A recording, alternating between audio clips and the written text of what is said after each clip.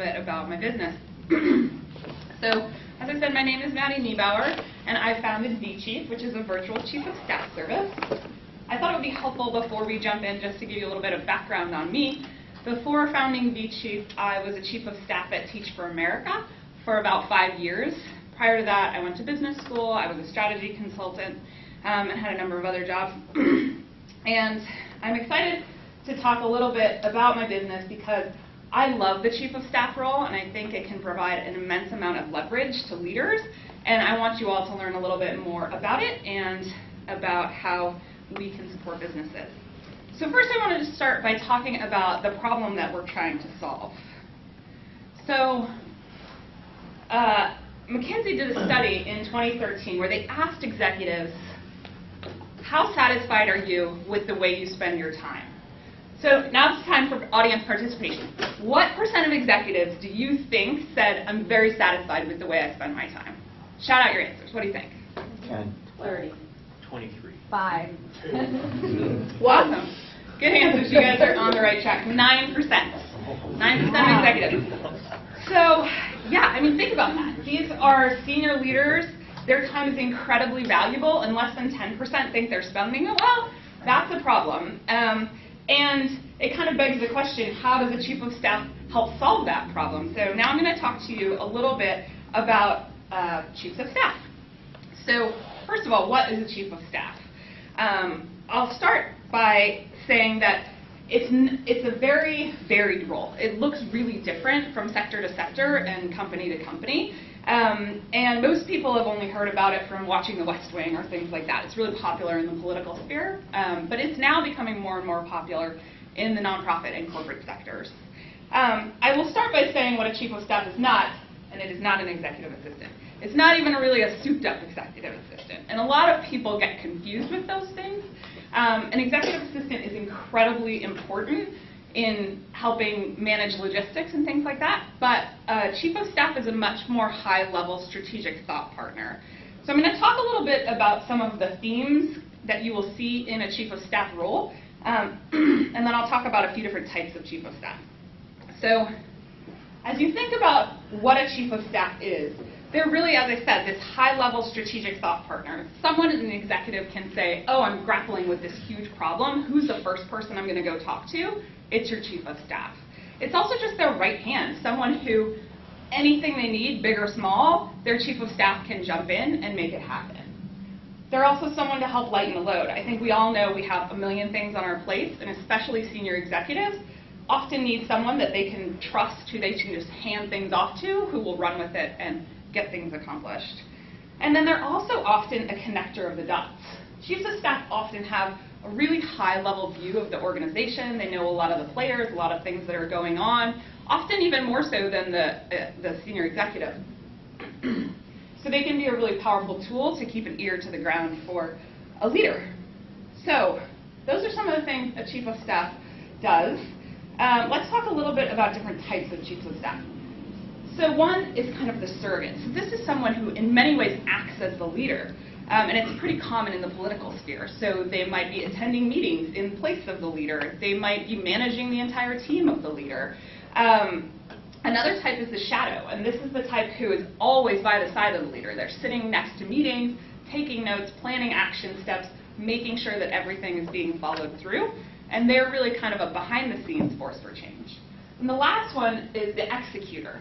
And this is someone who just gets things done. There's someone who can take on projects and initiatives, lead communications, just create all types of systems and processes that make things flow a lot smoother for the executive.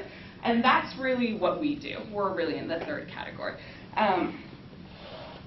So let's talk a little bit about vChief and how we work. The first time we start working with a client, or the first time we meet with a client, we do a really comprehensive needs assessment where we'll sit down and talk to them about how are you spending your time now, and how does that look different from how you should be spending your time. And we'll think about sort of where that gap is and where are areas that we could provide leverage, take things off their plate so they're spending their time in the ways that are most valuable. So what does that actually look like on a day-to-day basis? Here are some of the types of work that we lead. So strategic time management. This really varies from helping leaders set their priorities and check in on them regularly to make sure that they're moving forward, to acting as a gatekeeper and making sure sometimes things don't even get to that executive, so it saves them time that way.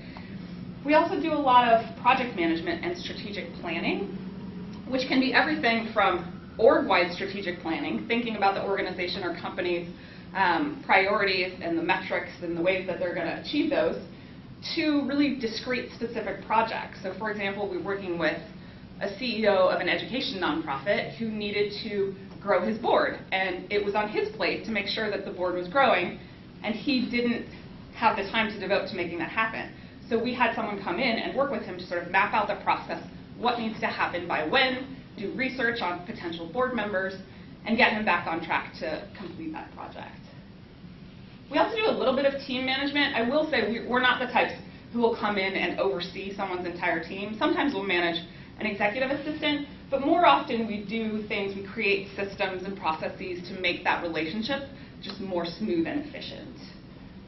Operations can be any number of different things. Again, a lot of systems and processes for the organization to move more smoothly. Planning team meetings and conferences, board meetings, we do action planning, we do knowledge management, all sorts of different things can fall in that bucket. Communications, anything from teeing up emails for an executive to drafting speeches or making presentations.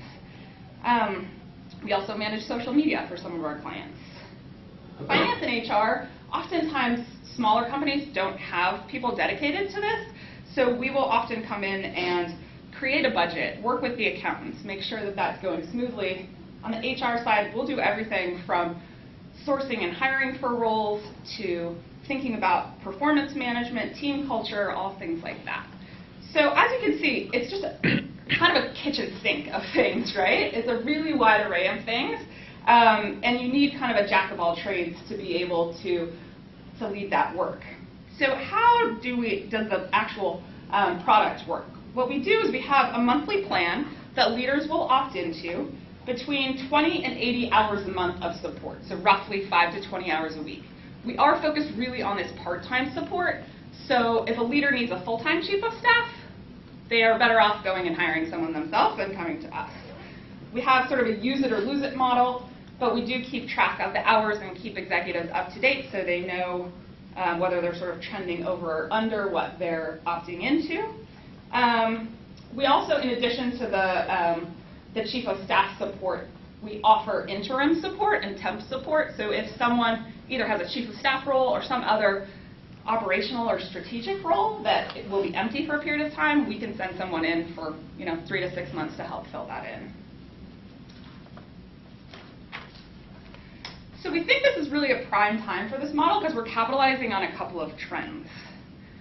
More and more you'll see companies are relying on contract workers just to provide a lot of flexibility with their changing needs. And you're also seeing a remote work environment becoming a lot more common than expected.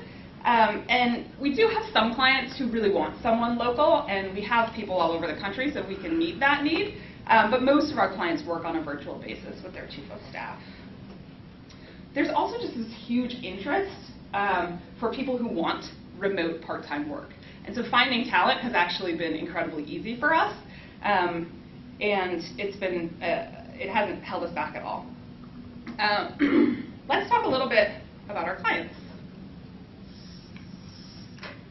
So the big trend you'll see here is there's a lot of education organizations and nonprofits, which is largely just an outgrowth of my personal network. I've been working in that field for a long time, and we've grown largely through referrals and word of mouth, and so that's really a place that we've grabbed a foothold. Also, a lot of our talent right now comes from education, just again because that's my network. We also have a number of startups up here, and I think we're really well suited to support startups because oftentimes they're very small. The founders are often very overwhelmed, and they can use a lot of help. And even with a relatively small amount of support, we can just provide a huge amount of leverage for those leaders.